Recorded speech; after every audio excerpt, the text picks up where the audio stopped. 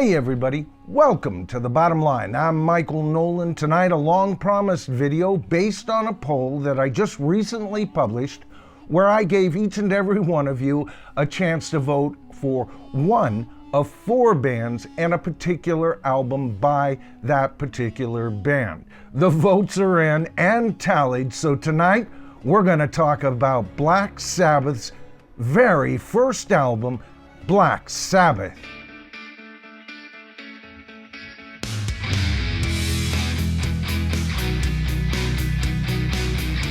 All right, so the album Black Sabbath was recorded over a period of 2 days in October of 1969, released in February of 1970, generally to very negative reviews by rock critics. However, it did very well in the UK, reaching as high as the number 8 spot, and here in the United States, virtually by word of mouth, number 23. An album that's often cited as an album that eats hippies for breakfast. It is generally recognized by both fans and rock critics alike as rock's very first heavy metal album. Now, when I say that the album was recorded over a period of 2 days, it actually boils down to 12 hours the first day and mixing the thing the second day. Iommi stated that they just went in and did their live set, much like how the Beatles did on their very first Please Please Me album, and beating both the Beatles and Led Zeppelin in regards to how quickly they recorded this album. Remember, the Beatles recorded their album in about 24 hours if you included the 4 tracks they already had in the can, and Led Zeppelin recorded their first album in 30 hours. Black Sabbath managed to record their album in 12 measly hours. Tony also recalls that everything, with the exception of those church bells that you hear that are overdubbed later on day 2, and a few guitar overdubs and a couple of Ozzy overdubs, everything was done live right there in the studio. Ozzy in a vocal booth singing live right with the band. Now, the album has mistakes, most notably, I note, by Tony Iommi, and we'll get into some of my criticisms about that. But that's a small criticism, folks. This album absolutely rocks. Now, the album definitely has its own identity, as does Black Sabbath, mainly due to Tony Iommi. An industrial accident chopped off the tips of his fingers. He replaced them, homemade if you can believe it, by plastic fingertip coverings. It affected the way he could play guitar. He said he could play fifths, couldn't play fourths, so that's why he developed the bendy style, the gauge of strings he chose, and the drop tunings. He started to record this album with a white Stratocaster, but the electronics went sour on him, and so he recorded the album with a SG that he had just bought as a backup guitar. The SG becoming his trademark. Bill Ward said that the album was incredible because it was naive, adding that we were a bunch of kids, we were too young to be clever. Now, the album was produced by Roger Bain, and Geezer Butler said that Roger brought a really great energy to this album, but as far as becoming this all-in-all producer, he really wasn't that. He let Black Sabbath do what they wanted to do. It was their show. They got in there and they got the job done. Now, the album's incredible cover was shot by Keith McMillan and featured model Louisa Livingstone. Shot at Maple Durham Watermill on the Thames River, model Louisa was posed in several different positions.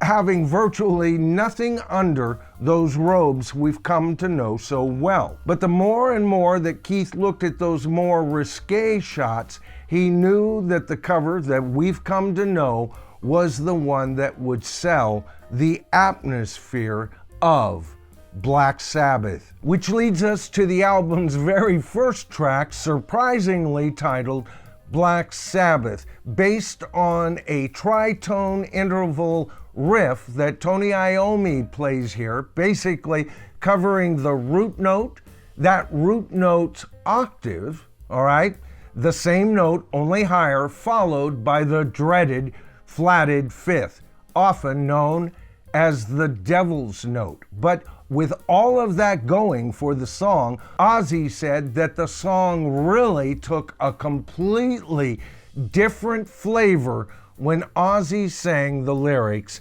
"What is this that stands before me?" Lyrics based on a vision that Geezer Butler had of a black figure standing at the foot of his bed. Ozzy also surprisingly helping Geezer Butler with the lyrics. I mean, folks, this song sets the tone for the entire album, especially with the overdubbed bells that go on at the ending. Those overdubs happening on the second day of recording.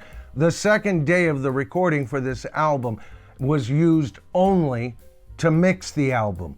All of the band played on the first day. You know what? When I first heard this album, I gotta tell you, I was a teenager and I turned the lights down late at night and I would listen to this album, and it was downright spooky, folks. The song really culminates and we get a payoff at 4 minutes and 34 seconds, and at 5 minutes and 13 seconds, the crescendo. But we've barely got started here, folks, because with the very next track, The Wizard, we hear a barbed wired sound, hauntingly supplied by Ozzy Osbourne on the harp, mixed with a slight delay of the harp on the right side of the stereo field. This opening sends a chill down your spine. When the band finally kicks into action, you realize that Bill Ward is one of the most underrated drummers of all time. Don't get me wrong, Tony Iommi's licks are spot on.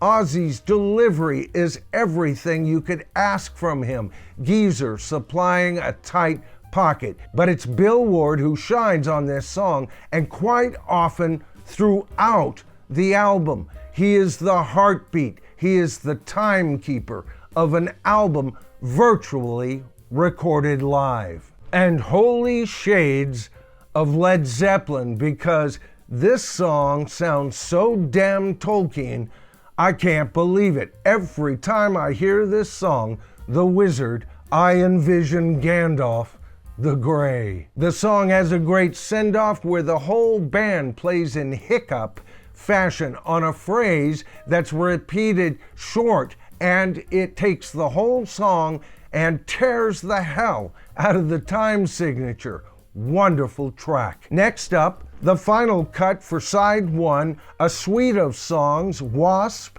Behind the Wall of Sleep, Basically, and Nib. And truly, you have to take this entire piece as a whole, especially when you see that they're doing a Rolling Stones kind of thing here. Remember Sympathy for the Devil, where the song is narrated by Satan himself?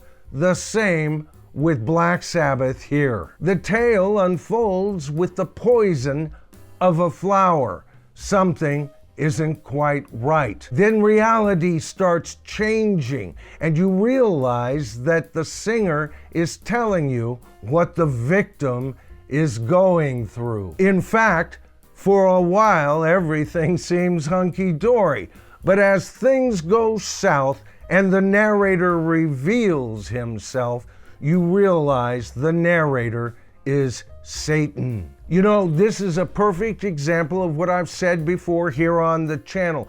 Many people claim that Black Sabbath was nothing but an occult Satan-worshiping band. I thoroughly disagree with that assessment. They would use horror themes, no doubt, but any demonic or occult activity was usually seen as the bad guy. Now it's time to flip that disc over and talk about track 1, side 2, Wicked World. The song starts off with a great hi-hat shuffle, followed by a shuffle lick with Tony Iommi, a lick that serves to anchor this entire piece. At 2 minutes and 6 seconds, Geezer Butler lays in a bass line that changes the whole complexion and groove of this song. But if I have one criticism on the album here, it's Tony Iommi's playing, his chordal playing and finger picking here. You can clearly hear mistakes and even missed notes, but it's a minor criticism. The overall flavor, if you're not a musician and you're not really listening to every iota, piece, and note, it's still wonderful. And of course, Tony absolutely delivers some of his most blazing guitar work after this finger-picking section. A wonderful kick-ass song and start to side 2. That leads us to the second track of side 2 and the last track of side 2 and the last track of the album. Of course, I'm talking about A Bit of Finger, Sleeping Village, Warning, another suite. The second one for this album, and even longer than side 1's suite of songs. You know, songwriters are always looking to establish a hook in a song, a melody and group of words that get you somehow. It's the part of the song you remember. And the hook for this song are the lyrics and melody of "I was born without you, baby, but my feelings were a little bit too strong." This is the strongest moment on the album, and they go in and out of it the whole length of this suite. Now, on first listening, I gotta tell you, the first time I heard this song, I was a little bit disjarred. But on second, third, and fourth listening, you realize this is maybe the strongest song on the album, closely rivaling The Wizard and the song Black Sabbath. I mean, it's got everything, folks. It's got the riffs that we expect from Tony Iommi. It's got a great sense of soul-searching lyrics to it, right? We've got great bass lines by Geezer Butler, and again, for the umpteenth time in this video, the vastly underrated, brilliant drumming of Bill Ward. All right, folks, that's my video for tonight. I hope you enjoyed it. If you did, please give me a thumbs up. That always helps send the video to a wider audience. I appreciate it. If you haven't subscribed to the channel, by the way, as of yet, that's easy. All you have to do is hit that subscribe to the tribe button, tap that top bell icon, and you'll be notified of all my future videos. All right, folks, don't forget, I am streaming on Sunday. Got a great stream for you. I'll put up pre-information on that soon. All right, I'm Michael Noland. This is The Bottom Line, only as I see it, folks. I want to hear from you. Do you agree with me? Is this rock's first heavy metal album, and is this album freaking great, or what? If you don't agree with me, let me know in the comments, because it's in the comments where we prove every single freaking time, folks, we are the tribe.